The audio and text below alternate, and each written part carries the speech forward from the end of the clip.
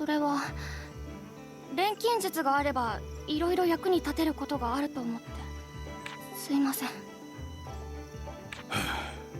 まったく母子ともに罪の自覚がないのか。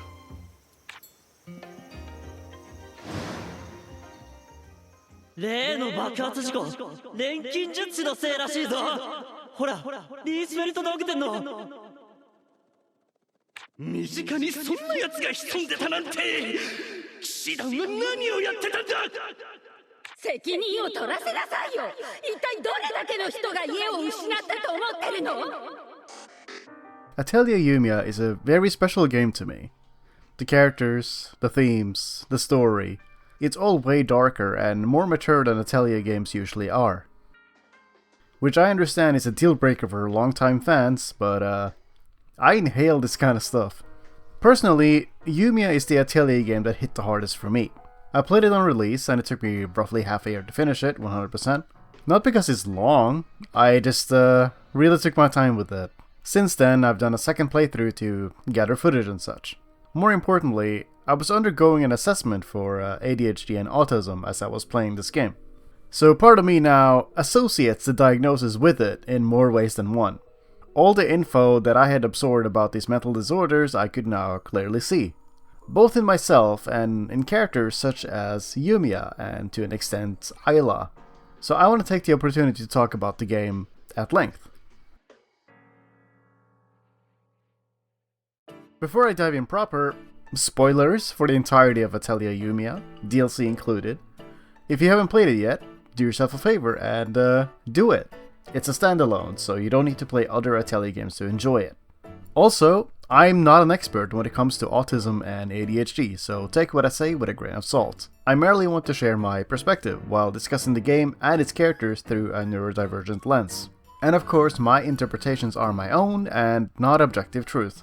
There will be some touchy subjects like abuse, prejudice, and loss, so you have been warned. And with that all out of the way, let's start at the beginning. The main character focus of this video is going to be Yumia Liesfeld, if you couldn't tell. I latched onto her, like, instantly. The game isn't even subtle, by the way. If you go into your character profile, you'll get a description that screams neurodivergent.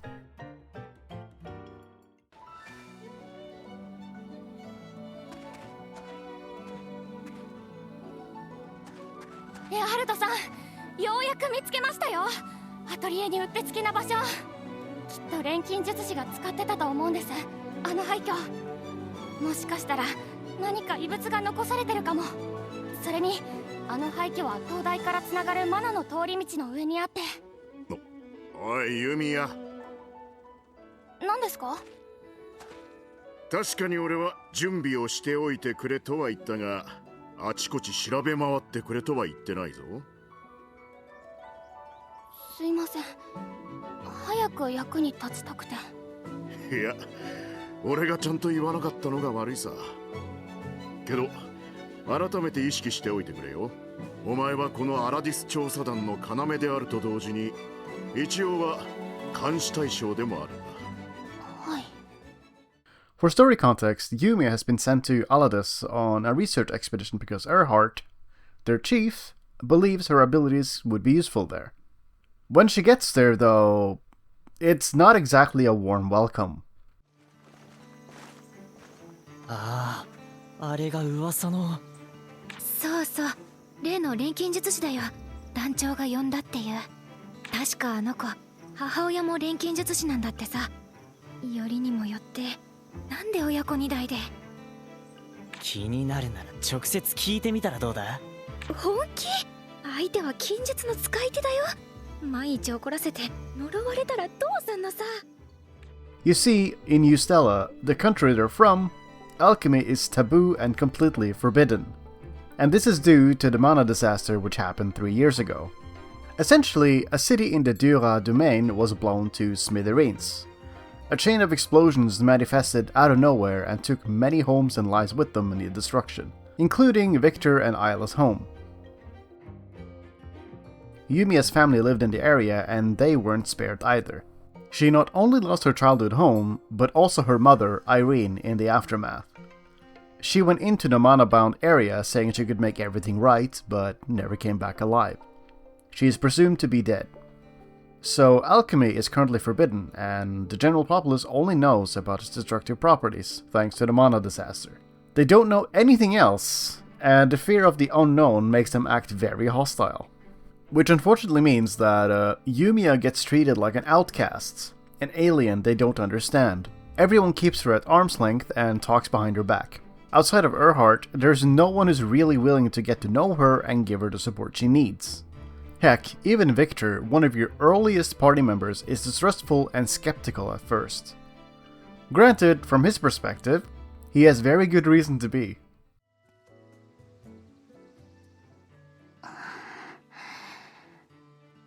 みんなの役に立つものを作ります。信じてほしいです。見届けさせてもらおう。ともかくさっきの道具、近くの魔物で効果を試してみよっか。突然爆発とかもしないよな。しませんよ。少なくともこれは。It's jarring because Yumia grew up with alchemy in her childhood home. Irene would use alchemy to create all the tools for their family business. Yumia says the term alchemy was never used at home, and I feel that could be interpreted in a couple of ways. Sometimes parents will protect their children by keeping certain things hidden away from them. Ignorance is bliss and such and such. Another part of me wants to interpret this as Irene wanting alchemy to just be normal. A regular part of their lives that isn't frowned upon. In the same way that neurodivergent parents raise their children in a way where their disorders aren't something weird or something to be ashamed of. Because outside of the comfort of home, Yumia gets bullied by her peers for being different. お母さん、またみんなにバカにされた。どうしたの？あちこちにもやもやとふよふよが飛んでるって言ったら気持ち悪い、嘘つくなって。こんなにたくさん飛んでるのに。そうね。ユミヤにはそれが見えるのよね。She is not an alchemist, but she has the same innate abilities and quirks as her mother, which the other kids do pick up on. Seriously though, bullies are extremely good at singling out the kids who are different. Even when you don't know, bullies always know. Growing up, it's implied Yumia didn't have any friends at all, her family being the only connection she ever had. During a camp conversation with Ayla and Lenya, Yumia expresses how happy she is to finally have some friends, around her own age no less.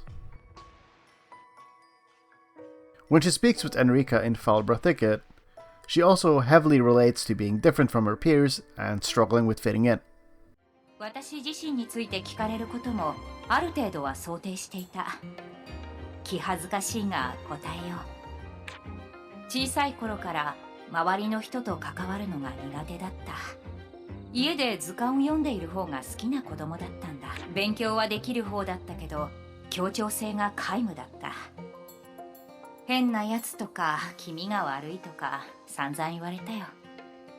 同じだ。私も今の時代はマナがはっきり見える人はほとんどいませんから、よく変人だとバカにされました。私はアラディスの錬金術というのを遠いものだと思い込みすぎていたのかもしれないです。過去も今も扱っているのは同じ人間。そこは変わらないのかも。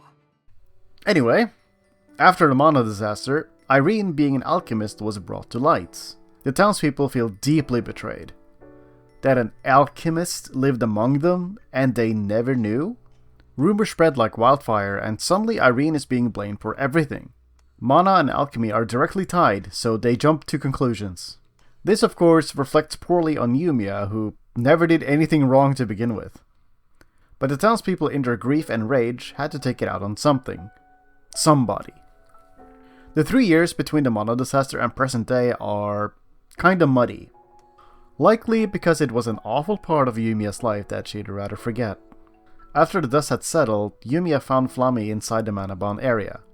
Tries to the best of her ability to fix it, and she managed to restore its functions. It is through Flammy that Yumia is taught alchemy.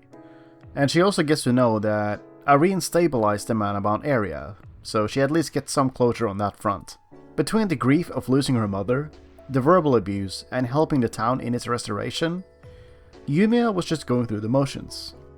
They repeatedly tell her to leave the town, but she has nowhere else to go. She's eventually found by Erhard, who informs her of her mother's true identity, and of course, offers her a very special spot on the expedition team. Since then, Yumi has had a lot of difficult questions about alchemy, about her mother, about Aladis and why it fell, and she intends to get to the bottom of it all. Over the years, she's had to deal with looks of contempt and plenty of verbal abuse. The research team members aren't as bad as the town people, but it gets really dang close. There's this one research officer who's a massive donkey. Early on, the research camp is attacked, and you get a choice: thin out monsters or help the injured. Regardless of your choice, the research officer will override it and pick the opposite. Just because Yumia is involved, he robs her of her autonomy entirely. 魔物相当を進めて安全を確保するべきだと思いました。君が錬金術師だな。はい。いいか、君は言われた通りに任務をこなしていればいいんだ。余計なことは考えるな、するな。自分の立場をよくわきまえて行動するんだ。ビクトル、怪我人の救護に向かってくれ。それと彼女に余計なことをさせないよう。わかりました。ちょっと。私はそもそも認めていないからな。近畿に頼らねばならないなどユーステラの恥だ。私は行く。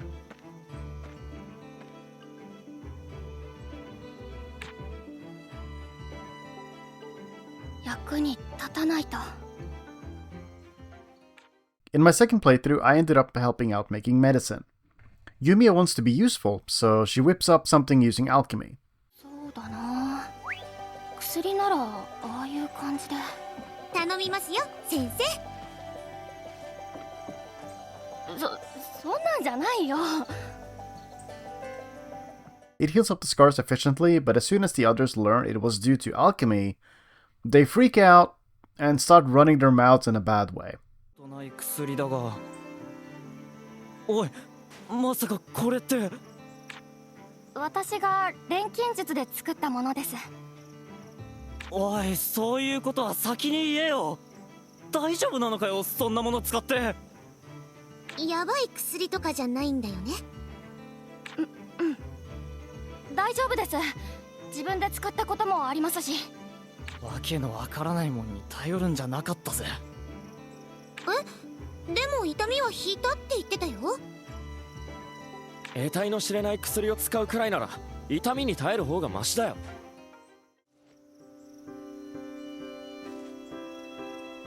なんかせっかく手伝いに来たのに気分悪くない？得体が知れないのは事実だし、ちゃんと説明しなかった私が悪いよ。でもさ。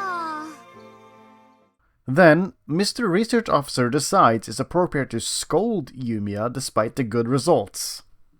She, of course, only has the best intentions, but she's scrutinized because of her method. ことはしなくていい。立場をわきまえろと。随分とやりたいようにやってくれたようだな。それは錬金術があればいろいろ役に立てることがあると思って。すいません。まったく母子ともに罪の自覚がないのか。Really breaks my heart just to see how small she makes herself. She is belittled so much, there's barely any ground to stand on. The whole scenario is so bad for her that she recalls terrible memories. ユミオ？あ、ごめん。なんでもないです。Isla picks up on it, but of course, Yumiya isn't gonna open up about all that. It's just so rough, and so relatable it hurts. While it's not exactly one-to-one, I think Yumia's experience mirrors the neurodivergent experience to some extent, although it can be interpreted in multiple ways. As I watched and read her story unfold, I couldn't help but relate and empathize with what she was going through. Even when you don't know you have a mental disorder, the people around you subconsciously know that you're different. They can just tell by interacting with you. Again, neurodivergent people attract bullies like no tomorrow.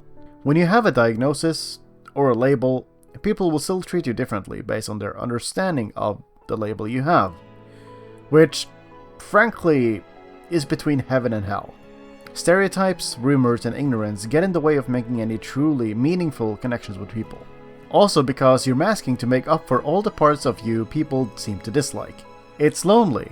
No one is willing to get close to you, you get taken advantage of, and everything you do is scrutinized to hell and back.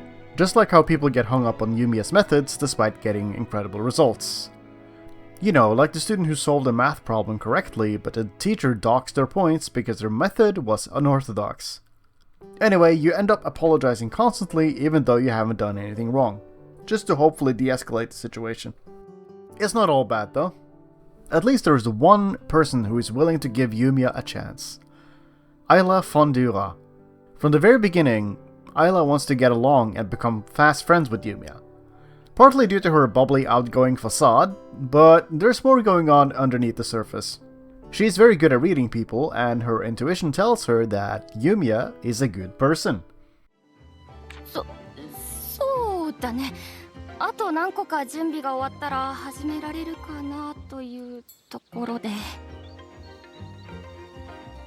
手伝おうか。でも二人は監視役って立場だし。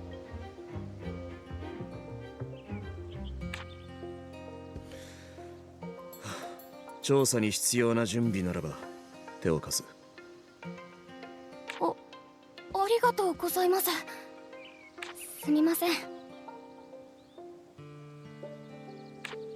気にしないで。ほら、何が必要なのか教えて。And it doesn't take very long for this gut feeling to get validated.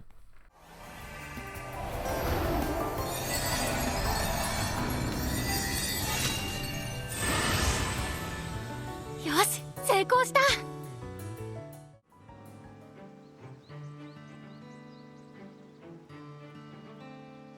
これは綺麗。あ、いや。After performing synthesis for an audience for the first time, you can see Yumia is nervous about their responses. She gets to info-dump about alchemy, but it's very short-lived.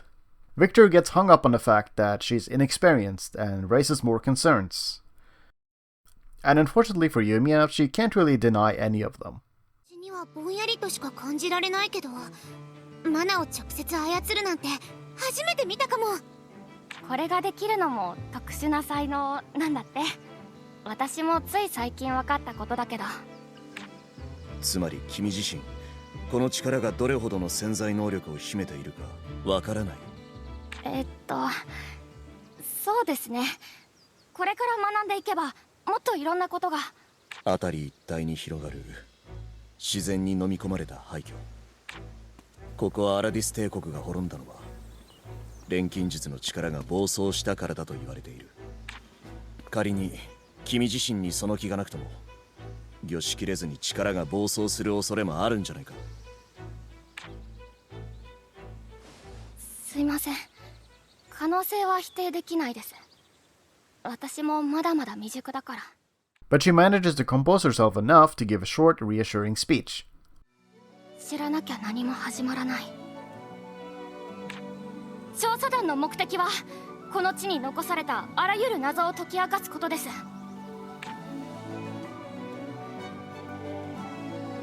私は一人の錬金術師としてこの地で錬金術によって何が行われたのか知りたい。そのためにここに来ました。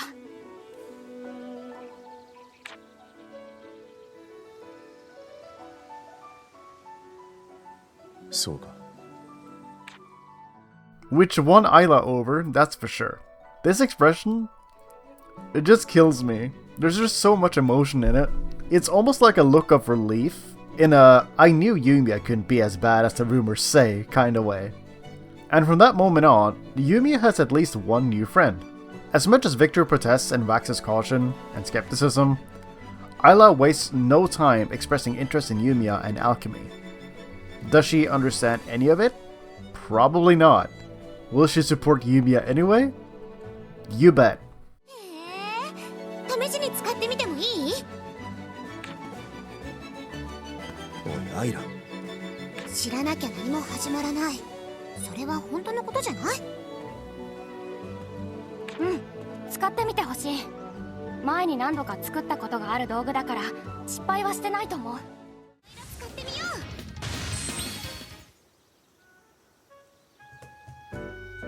う。どうでしたか？使用感は。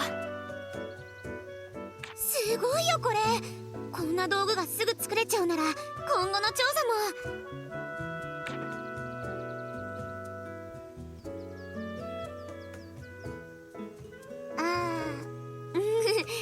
難しいところだね。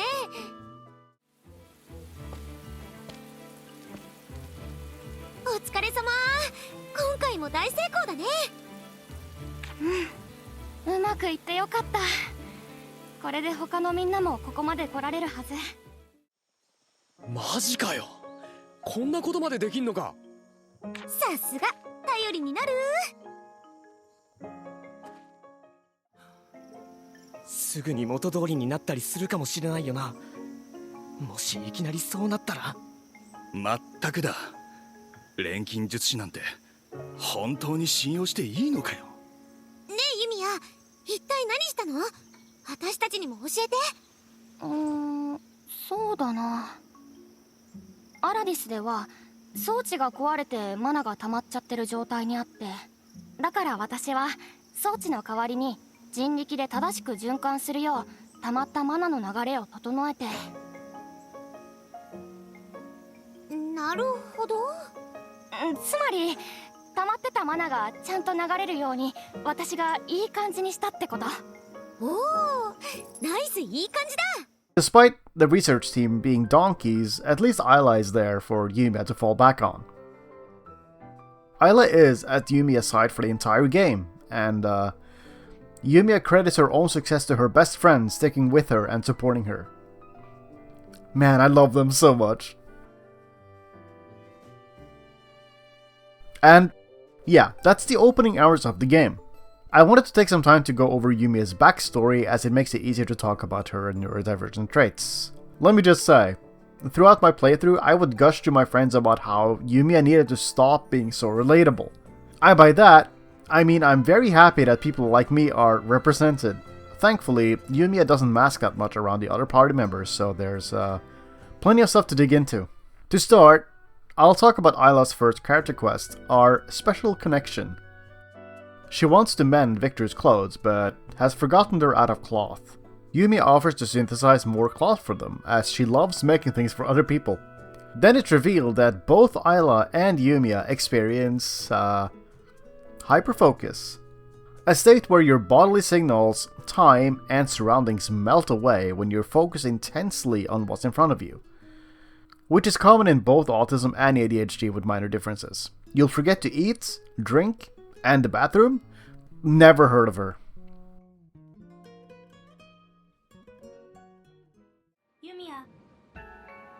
Yumia, 聞こえていますか？なんか言った？一つのことに集中すると周りの声が聞こえなくなるのはユミヤの悪い癖です。いえ、ユミヤだけでなく、かつてイリーネもそうでした。They then bond over having similar interests, both loving creative work. Ayla with sewing and Yumiya with her alchemy. And just like how Ayla expressed interest in alchemy, Yumiya wants to watch Ayla sew and learn more about her too. 裁縫と錬金術が？だから同じものづくり好きとしてアイラが服作るところ見てみたい。そんな大したもんじゃないし恥ずかしいな。恥ずかしがらなくてもいいのに、同じ作り手なんだし。同じ作り手。そっか。昔みたいに本格的に服を仕立ててみようかな。せっかくだから調査団って感じの冒険っぽい服とか。みんなに似合うものを考えてもいいかも。それこそユミヤを題材にしたり。私？作ってみてもいい？面白そうじゃない？それはいいけど。やった！楽しみにしててね。まずは型紙の準備かな。あ、トルソーがないや。何か代わりになるものは。こんなところで本格的だ。本当に大好きなんだな。Something I picked up on immediately is that Yumia often apologizes and takes the blame when something doesn't go right. Usually, and especially when she's not at fault. This is a direct consequence of how people have treated her in the past. It's a trauma response. It's what she's had to do in order to de-escalate conflict and avoid punishment. She's been conditioned to appease people and make herself as small as possible. It chips away her confidence and sense of self, to the point where she doesn't even feel like she can be herself. This expedition is a good opportunity for her, but it unfortunately also re-traumatizes her, repeating the cycle of past experiences. And it's not really something that ever truly goes away. You see, Yumia is kind, patient, empathetic, and compassionate to everyone. She doesn't fault the others for their shortcomings and gives them all the grace they could possibly want. From the very beginning, she understands why Victor is skeptical and doesn't blame him or wave away his concerns. When Ayla has a bad brain day, she only offers concern and assistance in any way she can. She doesn't judge Ayla for forgetting or zoning out. And it's likely because she can heavily relate to both. She's no stranger to having a funky brain. Yumia is also the first person to ever make Lenya feel welcomed and accepted. Anywhere. She never scolds or blames Lenya for anything, even if she feels like she's at fault. In fact, Yumia sees herself in Lenya and extends a helping hand whenever possible. She understands too well what Lenya has been through and doesn't want her to continue having bad experiences. 失敗ばかりの落ちこぼれなのに。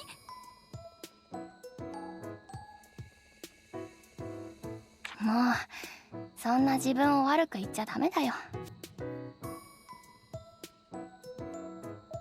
私は今のレイニャを見て来てほしいと思ったの。そんなこと言われたの初めてです。They sort of become mentor and student in a way, where Lenya sees Yumia as a role model to aspire to. Sometimes it gets a bit unhealthy, where Yumia is put on a pedestal, but they manage to grow past this. Lenya makes it a point that she can't follow Yumia forever and needs to grow into her own person on her own terms. It's a lovely relationship where Yumia is able to help herself deal with her own trauma through helping Lenya deal with hers. 他のみんなも何でもうまくやれるってわけじゃない。多かれ少なかれ失敗はしてると思うし、へこむこともそれなりにあるよ。そうなんですか？実はそうなんだよ。私たちだって完璧じゃないから。私も悪い癖でよく一人で考え込んじゃうけど、困った時は仲間に支えてもらう。そういう風にできたらいいよね。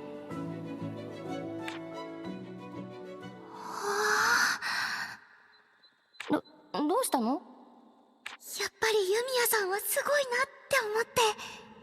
けど見上げるばかりじゃダメなのかもって思いました。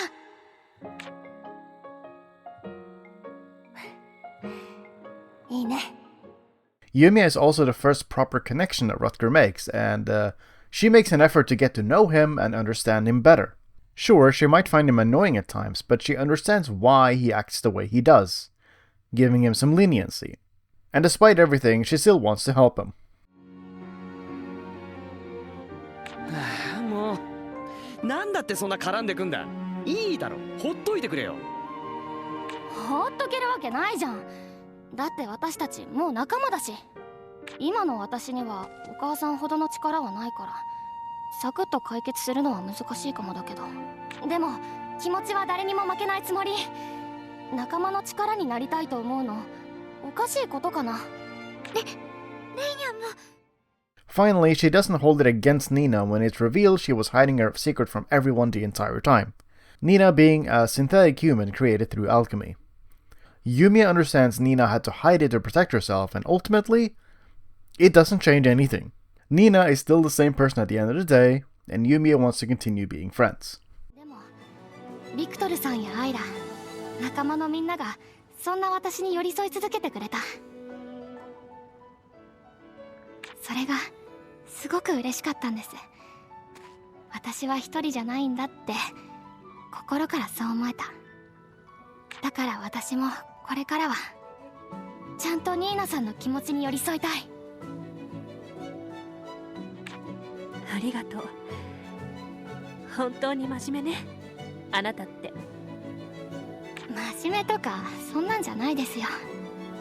何が正しいことなのか、どうするべきなのか、ちゃんと考えて答えを出したかっただけです。でも今の話を聞いてもニーナさんへの気持ちはやっぱり変わりませんでした。人間とかホムンクルスとか関係ない。私にとってニーナさんは変わらずニーナさんのまま。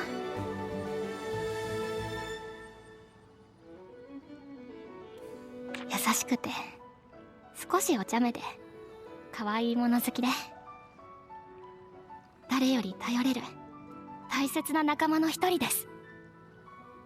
ユミヤ、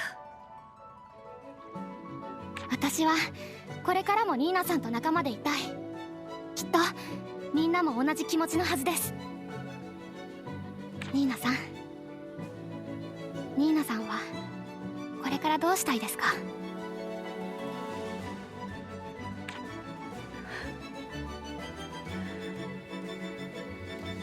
私はこれまで通りがいい。これからもあなたたちと一緒にいたいわ。ありがとうございます。その言葉が聞けてよかった。 So while she offers understanding to others, she's rarely able to extend that courtesy to herself. In order to better understand Yumia and why she acts and reacts the way she does, I'm gonna take some time to talk about rejection sensitive dysphoria, or RSD for short.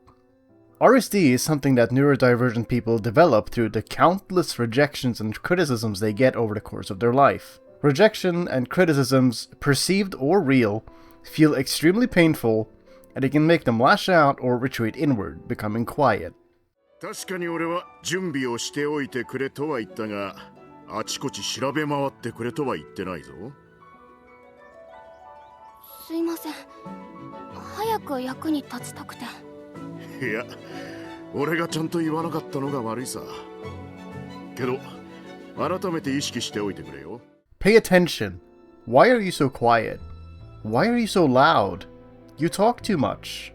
If you cared, you would have remembered. Why can't you just do this thing? Stop being lazy.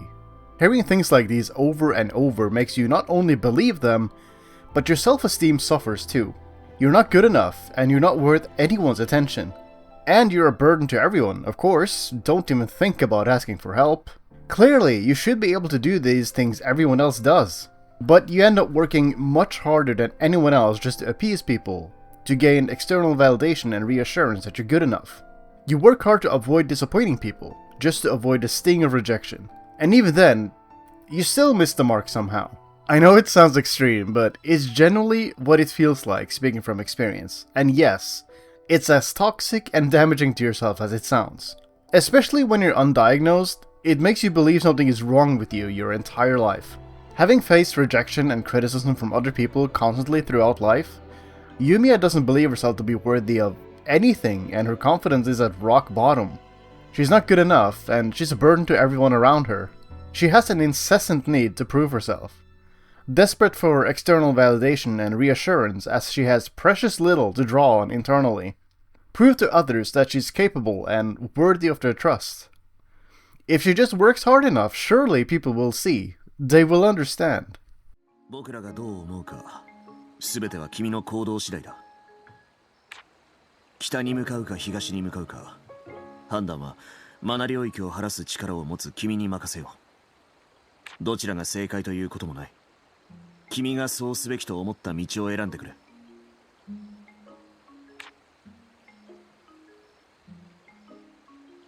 はい、わかりました。When she's given a piece of candy as an act of gratitude, she doesn't think she's earned it. From her point of view, she hasn't done anything to deserve that. She's been met with rejection ever since she came here, and it makes her feel like she hasn't done anything. In reality, she's doing more than enough, and that's what the assistant is trying to get at. That Yumia herself is good enough, and that she's doing just fine. That she doesn't need to worry, just to keep doing what she thinks is right. Yumia holds herself to unrealistic standards, and when she's not able to meet other people's expectations, she beats herself up over it. And I don't mean in a perfectionistic sort of way, I just mean that she's expecting herself to be able to do things normal people wouldn't have issues with. Yumia is anything but normal, which she tends to forget. Not only that, but she's likely afraid to disappoint people due to the rejection that follows. She gets impatient when things aren't going as quickly or as smoothly as they should. Should being the key word here. Like, when they're lowering the drawbridge in order to get to Aruma, Yumia is able to figure out how it works and fix it, which is amazing on its own. And everyone is happy about the outcome, except Yumia. Even though it wasn't her fault at all, the machine exploded due to wear and tear, almost bringing down the building in the process. Everyone got out safe, and that should have been the end of it. However, Yumia can't help but blame herself for almost getting everyone killed, imagining the worst case scenario. She's hyper-focusing on the negative aspects and is unable to see all the good she's done. Like earlier in the story, where she has a hard time seeing all the good work she's done in the Lignius region because people still aren't trusting her any more than before. And since nothing has changed in that regard, that's the part she focuses on. As the party learns more about Lily Boria and what happened to her, Yumia wants nothing more than to help her. And when she can't help or convince Lily Boria, Yumia blames herself and ruminates over how she could have done things differently. That Lily Boria lashing out and reacting that way was somehow her fault and responsibility. 奪う側の人間はみんなそう。お前もバシリウスも錬金術師はみんな自分のことしか考えてない。自分の欲を満たすためだけに力を使って傷つけた者のことなんて一個だにしない。ふざけるな。私リリー・ボレアになんて答えるべきだったんだろう。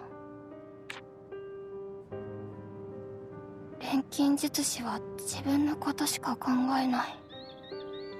傷つけた者のことなんて一個だにしない。違うって言えなかった。浅はかだったのかな。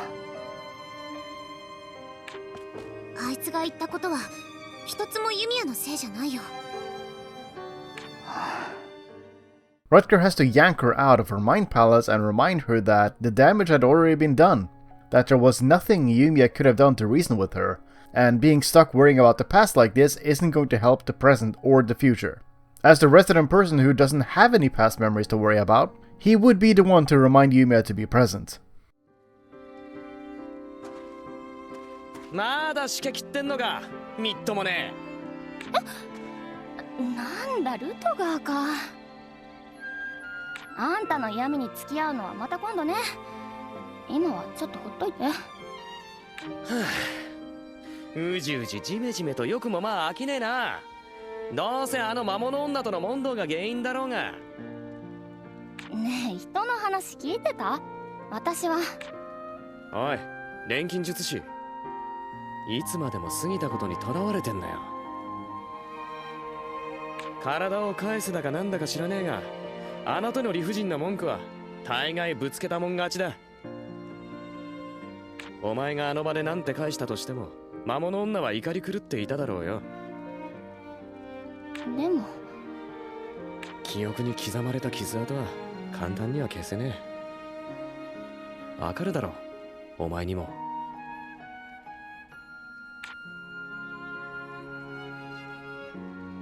ならいつまでもジメジメしてんなよ。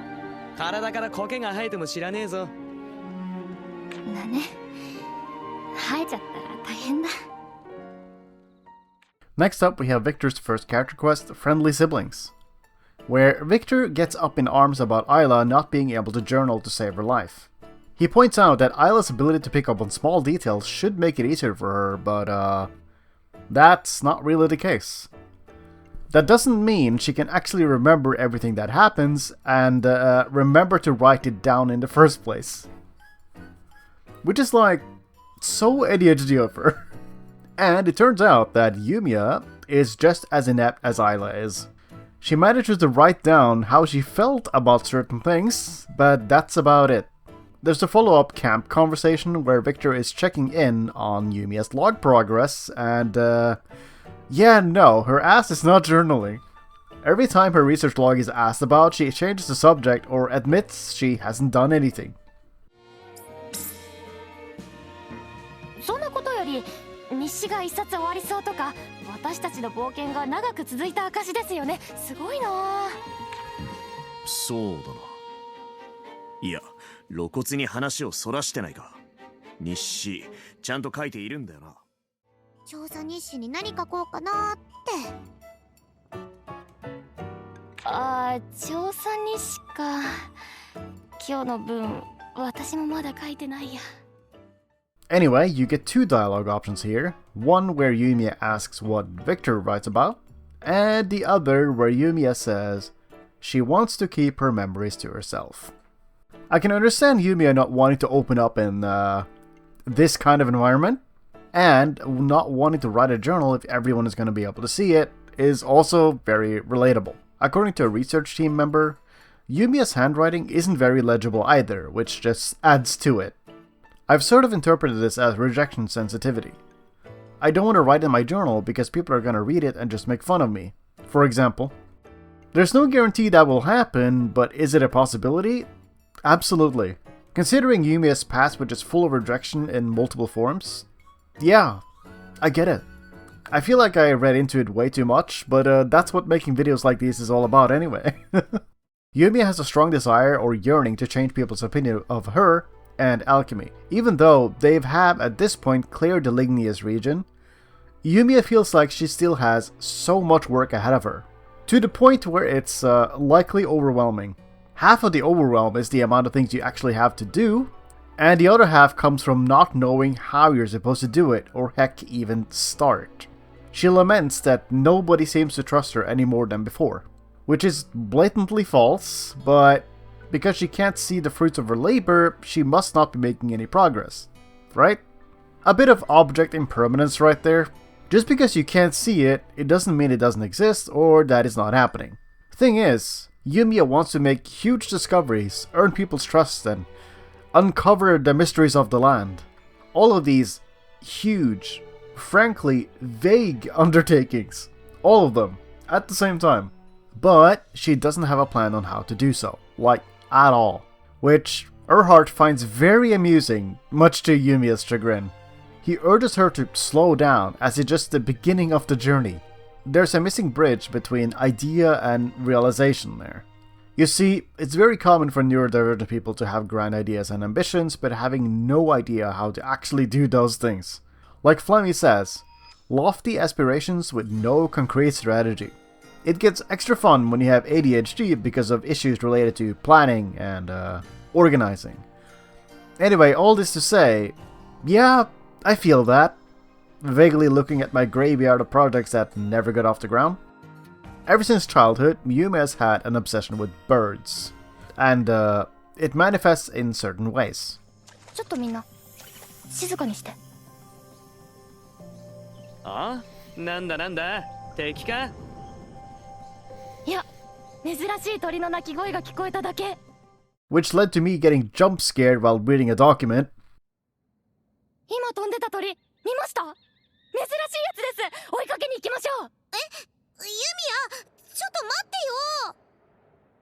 てよ。遠慮がなくなってきたな、ユミヤも。It's in these moments I feel you see Yumia in her purest form. The childlike sense of wonder really shines through. Yumiya, being the inattentive and highly distractible person that she is, often gets lost when she's going on walks.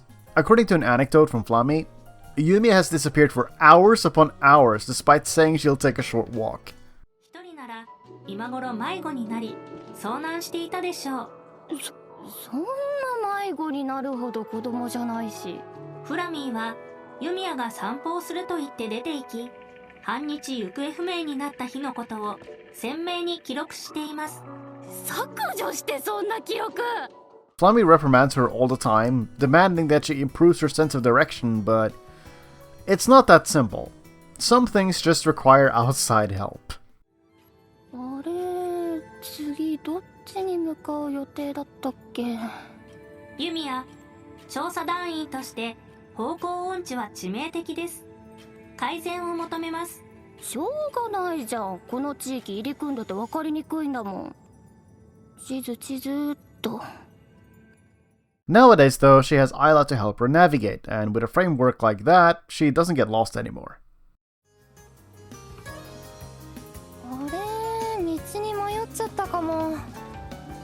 大丈夫だよ。目印を覚えてるから。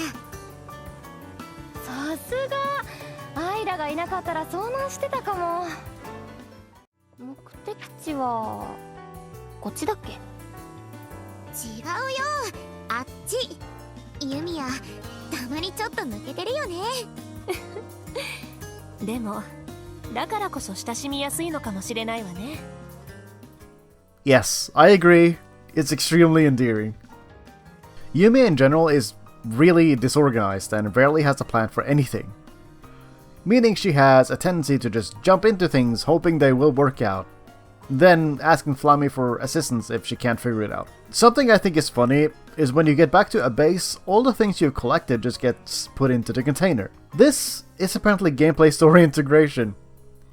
Flammy gets upset because Yumia just throws stuff into her container without a care, and no, she will not sort any of it. フラミーって喜んだり悲しんだりとかするの？フラミーは不要な感情は抱きません。ただユミヤが荷物を適当にコンテナに放り込むときに抱く感覚は苛立ちの感情である可能性があります。Yumi's response to whether she can fix something or not is almost always, I probably can.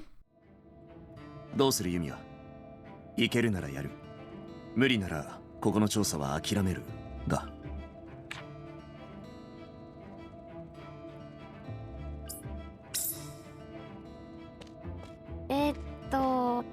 多分これまで身につけてきた技術を使えばなんとか。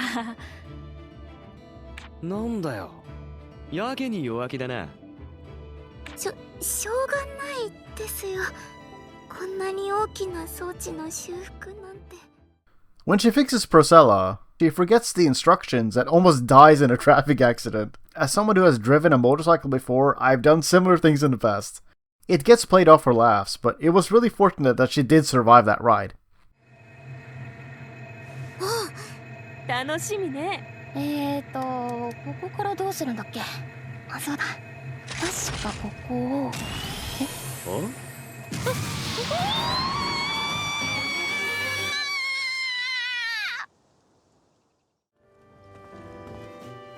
生きてる？ユミヤ。死ぬかと思った。There's a conversation where Flammy asks Yuma to sort her container. A task she was just about to start, but since Flammy demanded she do it, now she won't do it. ユミヤ、定期的にコンテナの整理をお願いします。この後やろうと思ってたけど、言われたからやる気なくなった。子供みたいなことを言っていないで作業を実施してください。This is a sentence I've said to my parents word for word in the past, and I got reprimanded in the exact same way. If Yumiya goes to sort her container, then it seems like she's doing it because she was asked, and not because she's thought of it herself. So therefore she won't do it at all. It looks really petty from the outside, but it's about autonomy. Something I wanted to touch on that I think is wonderful is the reason Yumiya is able to accomplish so much is because she gets accommodations. everything she struggles with gets taken care of by someone else. Planning and organizing is handled by Erhardt, who makes all the pioneering plans and keeps the operation running smoothly. So Yumia rarely has to do any planning herself, she just does what she's told and gets wiggle room in how she wants to proceed. Victor is meticulous and structured in everything he does, and acts as Yumia's right-hand man, especially when big decisions have to be made. Ayla makes sure that Yumia never gets lost, so she can wander around and gather ingredients as much as she wants and still get back to base. Of course, she also acts as emotional support. Flammy and Ayla make sure that Yumia gets up in the morning, as she struggles with that. Nina motivates Yumia to do maintenance on her gun staff by offering to do maintenance on her own guns at the same time. We love body doubling strategies. Rutger is also the one who drags Yumia out of her mind palace when she ruminates over mistakes or situations that ended unfavorably. And otherwise, the party keeps a watchful eye over Yumia to make sure she doesn't stray too far off what she's supposed to be doing. Thanks to all this, she is able to thrive and function at her best. Most of the time. Hello everyone, this is Postscript based art talking. Hi, hello, if you made it this far. I appreciate it a lot, thank you. I hope you enjoyed it. This sure was a bit of a passion project that I just decided to do, mostly on a whim, because I just felt so strongly about this game and Yumia as a character and all of that stuff that I had so many things I wanted to get out. I just had so much to express that I just, you know what, it's time. I'm just gonna yap about this game for like God knows how long this video is gonna be. But I know, it certainly was like a impulse decision, I feel. And I'm very happy about it. I'm very happy I did this. I feel like I needed it very badly. But I know, I do adore Atelier Yumia. I think it's very special. At least to me. I know it's not for everyone, but for me, it hit the right notes. It resonated so much with me. And I hope through this video that maybe people will check it out, or if you have played it, that you understand why that I feel this way about it. I know it's not a metric that everyone uses, but I feel like the more a video game can make me cry, the better it is. And Atelier Yumia made me cry a lot, like a lot. I mean, I'll just disclose that I'm a pretty sensitive person, and I feel emotions very strongly, which is probably because of ADHD and stuff, but yeah, no, there's so many moments in the story that just made me sob uncontrollably. I don't know what to say. I'm very happy about this video. I think it turned out very good. Like, I mean, it depends on how you view it, but I'm personally, I'm content with this video. I think I got to talk about everything I wanted to talk about. I hope that my passion for this game manages to come through in this video, and I would love to make more videos about this game. I really would. It's gonna depend on a couple of things, but no, there are so many interesting characters in this game that I would love to do similar breakdowns and talk about them in depth like I have with Yumia, because Yumia is already so like extremely well written and super fleshed out that I'm like, yeah, I kind of want to do the same for other characters as well. It would be very fun, I think. Like, I don't think I want to talk about every single one of them, but there's a couple of them that I relate to also, and I would like to talk about them. I don't mean to sniffle, but that's just how it is. Don't worry about it. I think if I were to do another video, I definitely want to talk about Yumia and Ayla's relationship. I think it's probably one of the more interesting ones in the Atelier franchise, in my opinion. It touches on subjects that I was not expecting, or topics, or themes. Themes is the word I'm looking for. I was really pleasantly surprised at, yeah, just how their relationship develops throughout the game. And the, I guess bombshells, you can call it, that are dropped about these characters too. because it looks very cute and very nice on the surface, but there's just so much going on underneath, and I really want to talk about that part. But yeah, I think I'm just rambling now. Again, thanks for watching. I hope you enjoyed. Give Atelier Yumia a try if you enjoyed it. I highly recommend it. It's a blast from start to finish. And yeah, thanks for watching. And I'll see you soon.